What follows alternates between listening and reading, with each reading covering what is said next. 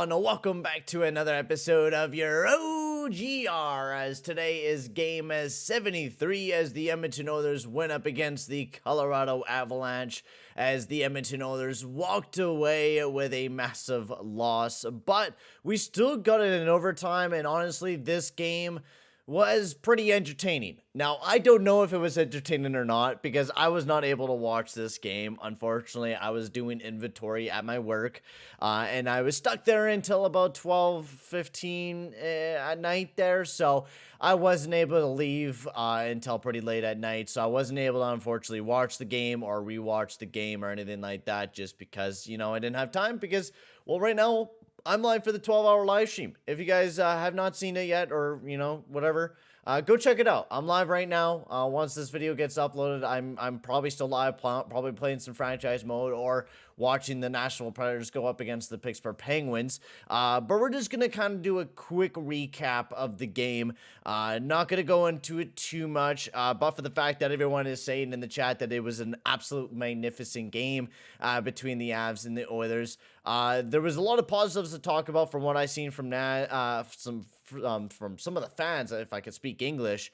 Nuge, Fogle, and Ryan finally got put back together, and that line looked absolutely amazing throughout the entire night, generating some good offense, and honestly, they played pretty well defensively as well.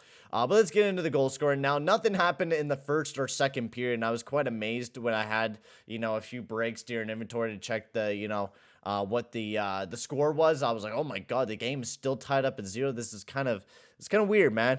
And it was a back and forth game. Like, there wasn't a lot of, action, but both goalies were standing on their heads, whether it was Koskinen or Kemper, who made 11 saves in that OT, where the Oilers had 11-0 for shots in OT, and we just weren't able to put it past Darcy Kemper, and neither was the Colorado Avalanche. They weren't able to beat Mikko Koskinen either. And, going into the third period, Warren Fogle got a massive goal for his 11th goal of the season, and it was a beautiful tip in as well. Beautiful goal by Warren Fogle. And then right after that, Nate McKinnon tied the game up with his 26th goal of the season. Massive rebound.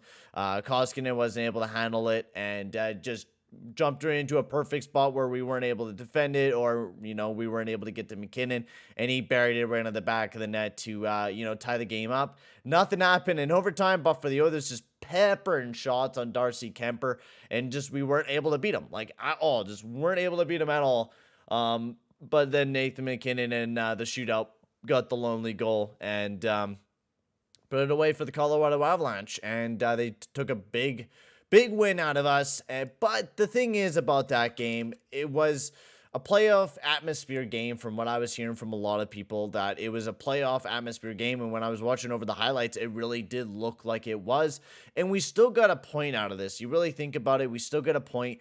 We now put ourselves 6 points ahead of the Vegas Golden Knights, 4 points ahead of the LA Kings right now. It's a pretty comfortable position that we are in the second place division spot. We just have to continue playing good throughout the rest of the year. But this was a type of game that gets us ready for the playoffs. We're going to have to play these type of high-level games, and keeping it tight and keeping it very well defensive, playing a really good defensive game is going to be a big thing here for the Edmonton Oilers. So I think that is a massive thing for the team. So otherwise, moving forward, Mikko Koskinen had an absolute magnificent game for the Edmonton Oilers. He was just all over the place, making massive saves for the team. 5-on-5 lines, Hyman, Draisaitl, and Yamamoto looked amazing. They were generating a lot of offense and playing really well defensively. Kane, McDavid, and Puljujärvi always looking as great as usual. And Brassard, McLeod, and Cassian, I didn't actually mind their line. Their analytics actually don't look that bad. They weren't stuck in their own zone majority of the game, and they did have a pretty good, shots attempts for. So that's pretty good to see out of that line. Defensively, we looked like we had a really good defensive night through all of our defensive pairings. Of course, Kulak and Barry always looking amazing. So, yeah, that's just about it, guys. I don't have too much else to talk about with the game just because of the fact that I wasn't able to watch it. And right now, I'm live with the 12-hour live stream. So come and tune in. It's a lot of fun. Come and tune in. The next OGR will be a lot longer than this one. But for right now, guys, I'm going to end the video here. Thank you very much for watching, and come and tune in to my 12-hour live stream, which I am live right now, boys. Come and check it out.